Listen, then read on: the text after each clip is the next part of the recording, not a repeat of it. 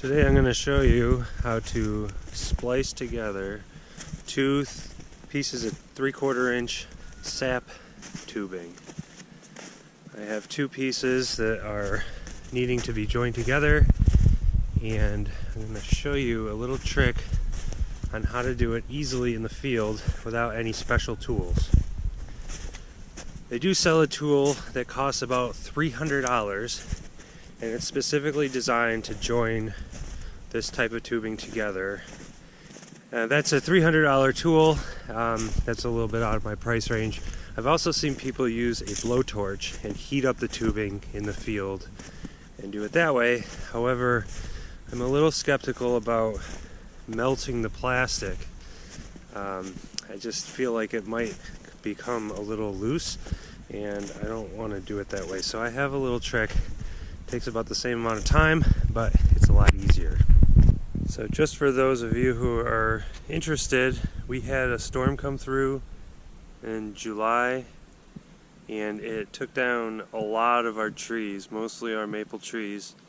As a result, most of our tubing came down with it, and so now we're in late December trying to put up some new tubes so that we can collect some sap this winter. We're hoping to be able to boil it, but we don't know yet. We originally had two main lines up, about 150 taps, and the two main lines both came down with the trees that landed on them. We also had the ends of the main line, which were anchored to trees. Those also came down. In at least one case, the main line on both ends came down, and then on the other, it was ripped off of the tree that it was connected to. So we have a little bit of scattered tubing hanging off the trees right now. We're hoping to reuse what we can, remove what we can't, and just start over.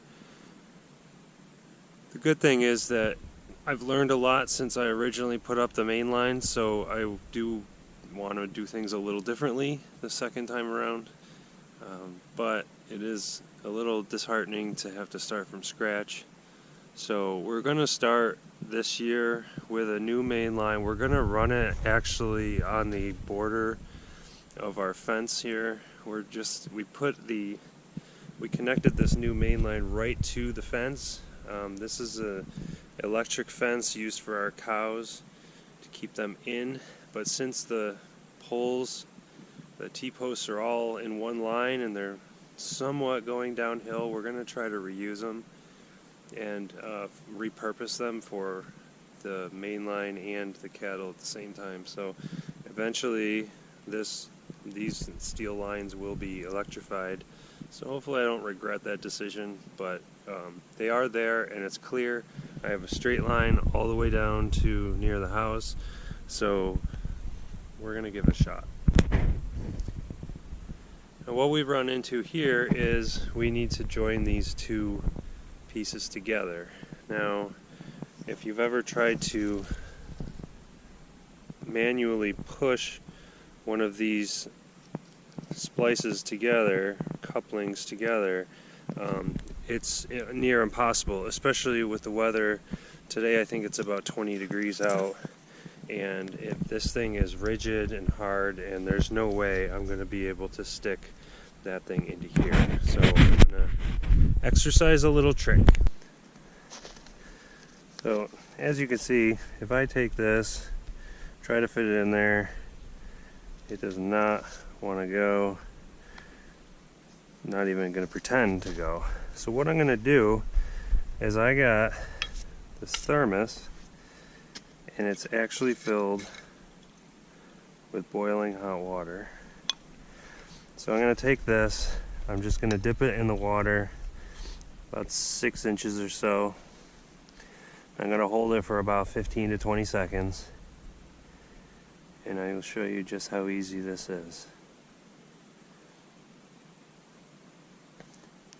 So now I take it out. Now as I put it in here, it's filling the inside and the outside, which makes it nice and thoroughly loose. When you use a blowtorch, you can't really warm up the inside all that much.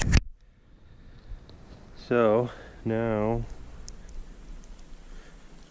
it slides on there like a champ. It's still nice and warm. I'm going to want to put some clamps on here, but otherwise it's good to go. I'll let it cool down for a minute before I start connecting it to the wire I'm hanging this on. But it's just that easy. I can do this as long as I keep the cap on here. I could probably do this 4 or 5 times before the water cools down too much. So if you're not too far away from a way to boil the water, then it's not so bad. If you're out in the middle of the woods 3 miles out and you don't have any way to boil water, then yeah, I guess a blowtorch would probably be good, or one of those tools. I mean, if you're a professional and you're doing 100 splices a day, I think that $300 tool is justified, but I'm just not in that position, so I'm gonna go with the cheap way. Alright guys, I hope you found this to be helpful, and I hope that it helps you in your journey to collecting sap this year. Thanks.